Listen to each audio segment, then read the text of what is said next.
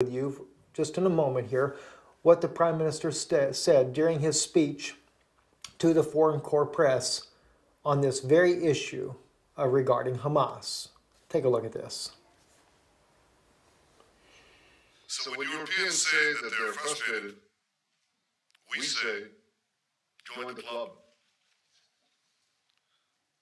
And I don't believe that frustration can be an excuse for wrong policy. Removing the terrorist designation of Hamas is a grave mistake.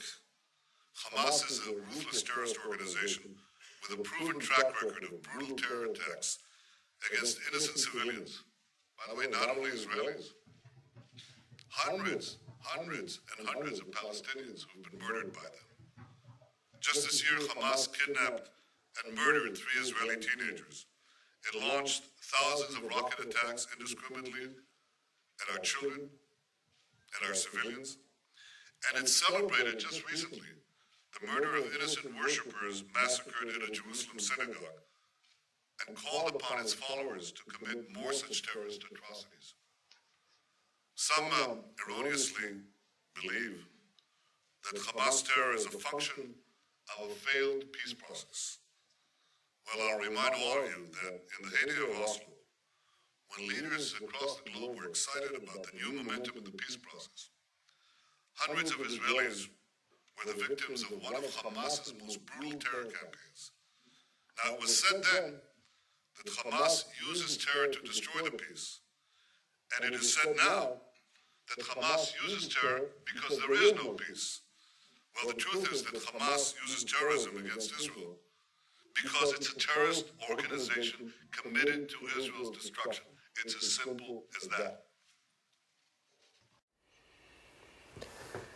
In other headlines as well, new news that has been breaking over in the United States has gone all over the world. It was reported also in Israel National News that the world leaders held a U.S.-Cuba announcement. It says here in the article that Israel National News wrote, Arut Shiva, world leaders welcomed the groundbreaking news that the United States and Cuba are moving to restore diplomatic relationships and bury one of the last vestiges of Cold War after more than 50 years of hostilities.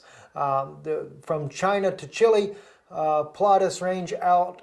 South American leaders holding a trade meeting in Argentina interrupted their session and broke into euphoric applause. The announcement, that is, to President Barack Obama normalizing relationships with Cuba. So according to some of the other news media outlets as well, as reported that the negotiations between the White House and Cuba and secret meetings have been going on for more than a year now, and that they will be normalizing relationships with Cuba. And as the president brought out, that the old way of dealing with the communistic regime never did work. It was time for a new direction. Just only goes to show that the president is not worried about communism in his back door. What next might take place? Only who knows, and who really even knows. Hamas also holds the largest military exercise since the Operation Protective Edge last night in Israel. People in the northern part of Gaza there could hear the shelling and bombing from midnight up until the breaking of day as the soldiers were practicing, according to Israeli military sources there in Israel, that it was the largest number of troops involved by Hamas in practicing for an engagement. They actually were attacking, using as one of their staging areas, one of Israel's former Israeli settlement areas there in the Gaza that was handed back over to the Gazan territory, to Hamas.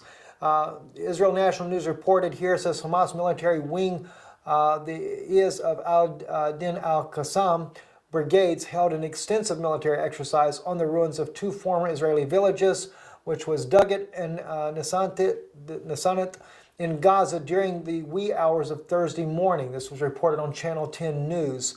They brought the source from there. These villages were evacuated during the Israeli disengagement from Gaza in 2005. The terrorist organization Hamas quickly took over the coastal enclave. The exercise started around midnight and continued until dawn. The number of of al-Qassam troops who participated was much larger than usual, leading to speculation that this was the largest military exercise conducted by Hamas since the Operation Protective Edge.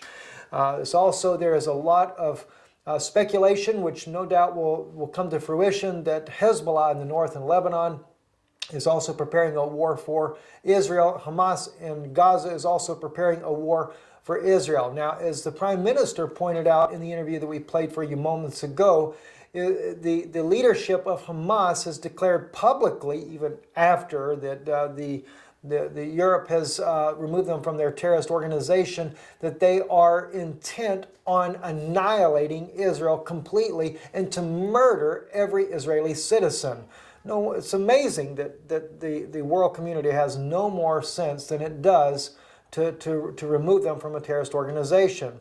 Also, in other news, in Israel, near Hebron, another attempted abduction takes place not far from where the three teenage boys that were abducted just months ago and were murdered by Hamas terrorists.